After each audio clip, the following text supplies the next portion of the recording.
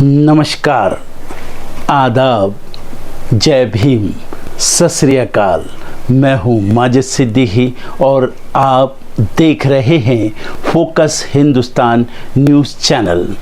आज की ख़ास खबरें सब्सक्राइब करें, लाइक करें, शेयर करें। फिर आऊँगा एक ताज़ा खबर को लेकर माजिद सिद्दीकी।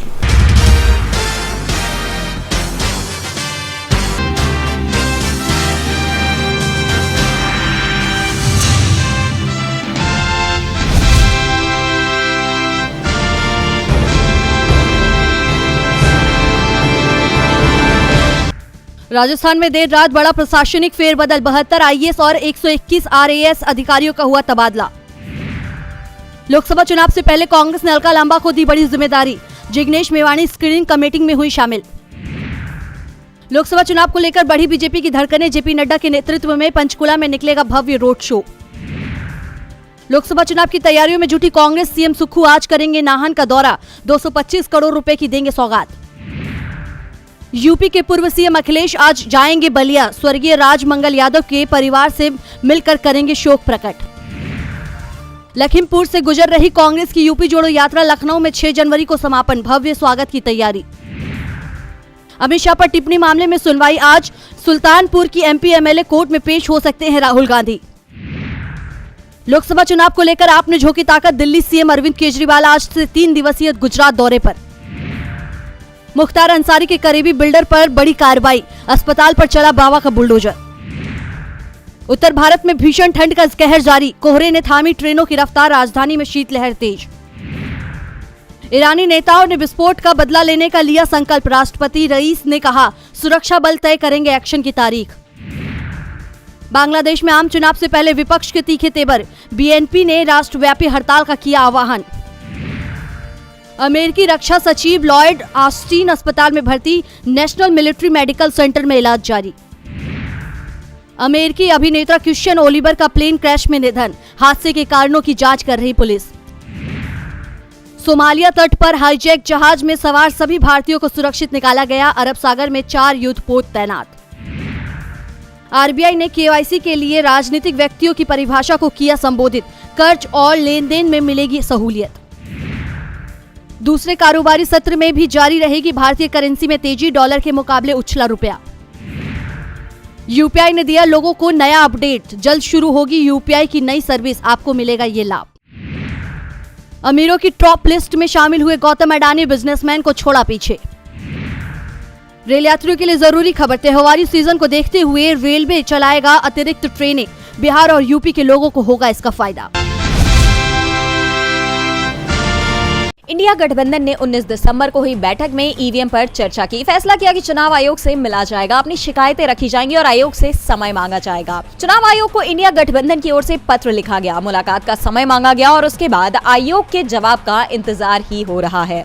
आयोग ने अभी तक विपक्षी दलों को मुलाकात का समय नहीं दिया है। इसी बीच ईवीएम को लेकर आयोग की सफाई जरूर सामने आई है। चुनाव आयोग के प्रधान सचिव प्रमोद कुमार शर्मा ने विपक्ष की ओर से उठाए जा रहे सवालों के जवाब में कहा कि ईवीएम को लेकर सुप्रीम कोर्ट में भी कई याचिकाएं पहले दायर हो चुकी हैं, लेकिन सुप्रीम कोर्ट ने उन सभी याचिकाओं को खारिज करते हुए याचिकाकर्ताओं पर जुर्माना भी लगाया है। ईवीएम पूरी तरह से सुरक्षित है। दरअसल विपक्षी दलों ने चुनाव आयोग से मांग की है कि वीवीपैट मशीनों में दिखने वाली स्लिप भी वोटर को देना चाहिए।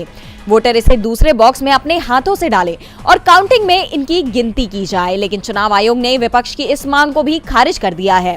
आयोग की ओर से कहा गया है कि हर विधानसभा सीट से 5 वीवीपैट की पर्चियों की गिनती होती है और ईवीएम के साथ मैच कराया जाता है। सैंपल में कोई गलती न मिलने पर ईवीएम को सही माना जाता है और आज तक ईवीएम में कोई गड़बड़ी सामने नहीं आई है। चुनाव आयोग का दावा है कि ईवीएम पूरी तरह से सुरक्षित है, लेकिन विपक्ष के सवालों का अभी भी चुनाव आयोग जवाब नहीं दे रहा है कि क्या मतदाता को वीवीपैट की पर्ची मिलेगी जिसे वो दूसरे बॉक्स में डाल सके। हमारे देश में कई लोग मोटापे के शिकार हैं और इसी मोटापे के कारण हमारे शरीर में कई तरीके की परेशानियां होने लगती हैं। जब परेशानियां बढ़ने लगती हैं तो लोग मोटापा कम करने के लिए उपाय खोजने लगते हैं। तो आइए हम आपको ऐसे प्रोडक्ट के बारे में बताते हैं जिससे आप अपना वेट लॉस कर सकते हैं। और इससे आपको कोई साइड इफेक्ट भी नहीं होगा।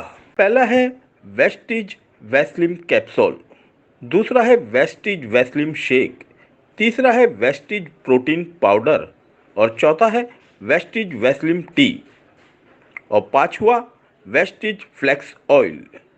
इन प्रोडक्ट से आप अपना मोटापा आसानी से कम कर सकते हैं और अधिक जानकारी के लिए संपर्क करें एम माजिद सिद्दीकी से।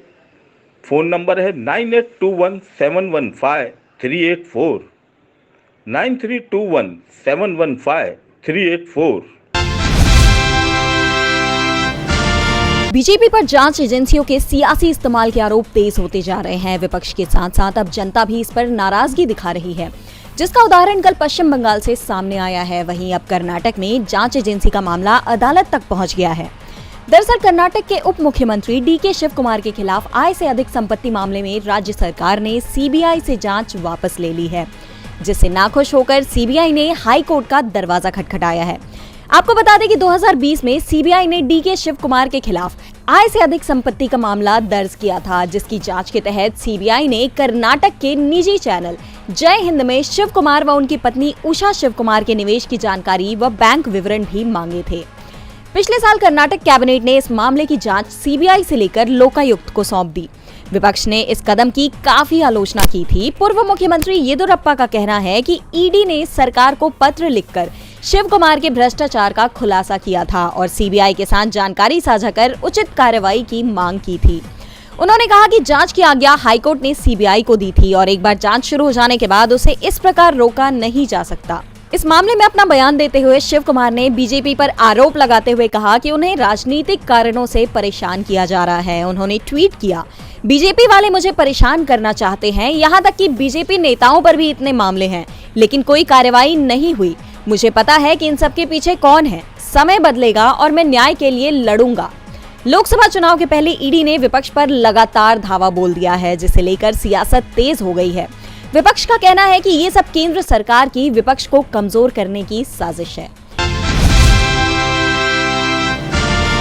मथुरा की शाही ईदगाह मस्जिद को लेकर सुप्रीम कोर्ट में एक याचिका दायर की गई थी, जिसमें मांग ये की गई थी कि मथुरा की शाही ईदगाह मस्जिद को कृष्ण जन्मभूमि के रूप में मान्यता दे दी जाए। दरअसल ये याचिका पहले इलाहाबाद हाई कोर्ट में लगाई गई थी, लेकिन हाई कोर्ट ने याचिका को खारिज कर दिया तो पक्षकार सुप्रीम कोर्ट पहुंच गए। याचिकाकर्ता वकील महक महेश्वरी ने याचिका लगाते हुए ये दावा किया कि ये स्थल इस्लाम के आने से पहले से है, इसलिए उसका मालिकाना हक हिंदुओं को दे दिया जाना चाहिए। लेकिन कोर्ट ने कहा कि इस मामले में जनहित याचिका की कोई आवश्यकता नहीं है। याचिकाकर्ता ने 12 अक्टूबर 1968 को हुए समझौते पर भी सवाल उठाया था। श्री कृष्ण जन्मभूमि सेवा संघ और शाही ईदगाह के बीच भूमि वितरण का समझौता हुआ था। याचिका में कहा गया कि वो समझौता ही गलत था। श्री कृष्ण जन्मभूमि सेवा संघ को यह समझौता करने का अधिकार ही नहीं था। दरअसल इस समझौते के बाद मान लिया गया था कि मथुरा में श्री कृष्ण जन्मभूमि और शाही ईदगाह मस्जिद का विवाद सुलझ गया है। समझौते के लिए मुस्लिम पक्ष ने मस्जिद की कुछ जमीन भी मंदिर को सौंप दी थी, लेकिन अब ये विवाद फिर से खड़ा हो गया है। याचिका के जरिए मस्जिद की जमीन पर दावा किया जा रहा था और मस्जिद में पूजा का अधिकार मांगा गया था, लेकिन सुप्रीम कोर्ट ने साफ कह दिया है कि हम सुनवाई के इच्छुक नहीं हैं। कोर्ट ने इलाहाबाद हाई कोर्ट के फैसले पर भी टिप्पणी करते हुए कहा कि हाई कोर्ट का फैसला सही था और सुप्रीम कोर्ट ने ये कहते हुए हिंदू पक्ष की याचिका को खारिज कर दिया। हमारे देश में कई लोग मोटापे के शिकार हैं और इसी मोटापे के कारण हमारे शरीर में कई तरीके की परेशानियां होने लगती हैं। जब परेशानियां बढ़ने लगती हैं तो लोग मोटापा कम करने के लिए उपाय खोजने लगते हैं। तो आइए हम आपको ऐसे प्रोडक्ट के बारे में बताते हैं जिससे आप अपना वेट लॉस कर सकते हैं और इससे आपको कोई साइड इफेक्ट भी नहीं होगा।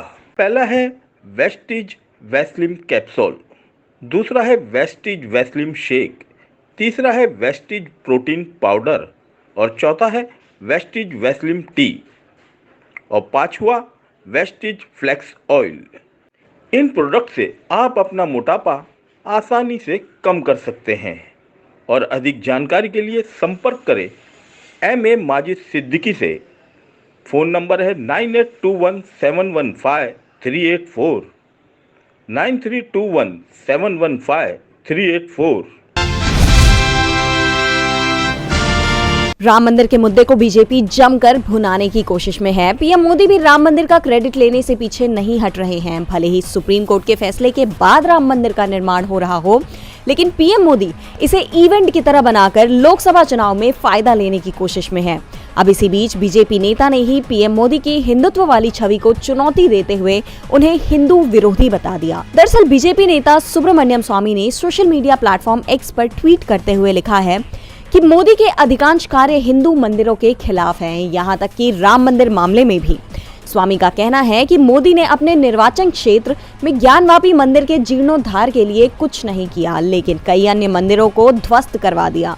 उन्होंने उत्तराखंड के मंदिरों को राज्य द्वारा अपने अधिकार में लेने का आदेश दिया था। पंढरपुर में भी ऐसा ही है। इसके बाद एक प्रश्नवाचक चिन्ह के साथ स्वामी ने लिखा रावण। बीजेपी नेता ने अपने ट्वीट में मोदी के कामों को हिंदू विरोधी बताते हुए रावण भी लिखा है और मोदी की तुलना रावण से की है। हालांकि नेता ने रावण के आगे प्रश्नवाचक चिन्ह का भी इस्तेमाल किया है, लेकिन जिस तरह से ये ट्वीट आया वो सोशल मीडिया पर वायरल हो रहा है। अब देखना दिलचस्प होगा बीजेपी इस पर क्या एक्शन लेती है। दर्शकों, देख लिया आपने हमारे वीडियो को। हमें खुशी होगी कि आपने हमारे न्यूज़ को लाइक किया और दूसरों को शेयर किया। अगर अभी तक हमारे चैनल फोकस हिंदुस्तान को सब्सक्राइब नहीं किया है तो तुरंत सब्सक्राइब करें, कमेंट करें और बेल आइकॉन को प्रेस करें। हम हाजिर हैं खबर के लिए।